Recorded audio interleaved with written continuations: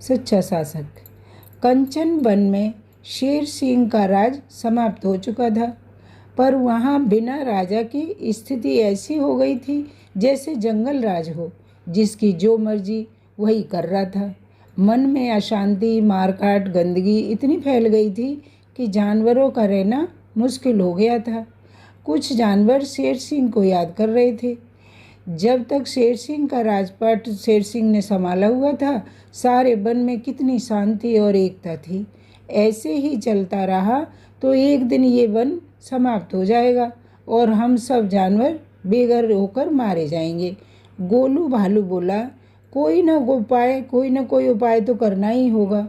क्यों न सबकी सहमति से हम अपना कोई राजा चुन लें, जो शेर सिंह की तरह हमें पुनः एक जंजीर में बांधे और वन में एक बार फिर से अमन शांति के स्वर गूंज उठें। सभी गोलू भालू की बात से संतुष्ट हो गए, पर समस्या ये थी कि राजा किसे बनाया जाए। सभी जानवर स्वयं को दूसरे से बड़ा बता रहे थे। सोनू मोर बोली, क्यों न एक पखवाड़े तक सभी को कुछ न कुछ काम दे दिया जाए, तो अपने काम को सबसे अच्छे ढंग से जो करेगा उसे ही यहाँ का राजा बना दिया जाएगा।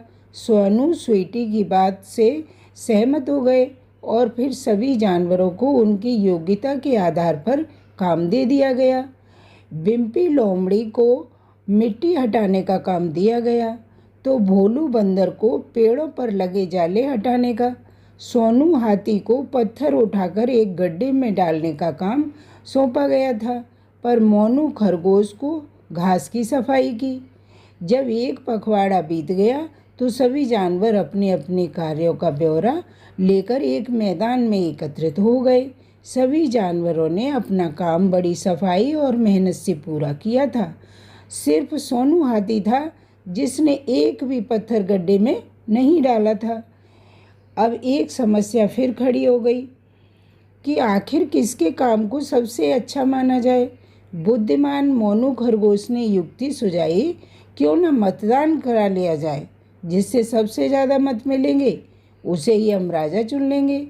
अगले दिन सुबह सुबह चुनाव रखा गया और एक बड़े मैदान में सभी पशु पक्षी मत देने के लिए उपस्थित हो गए।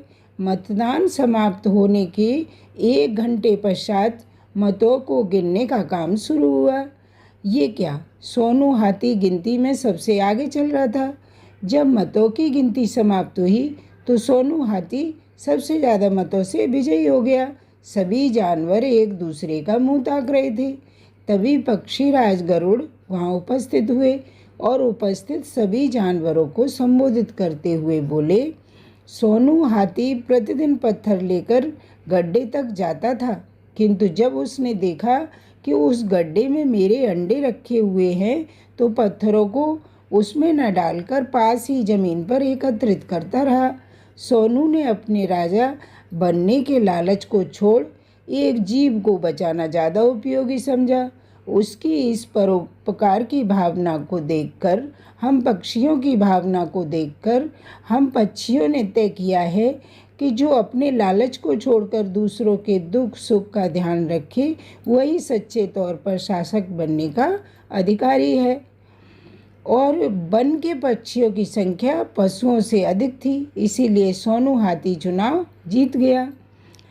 सीख, सच्चा शासक वही होता है जो परोपकार की भावना को सर्वोच्च स्थान देता है।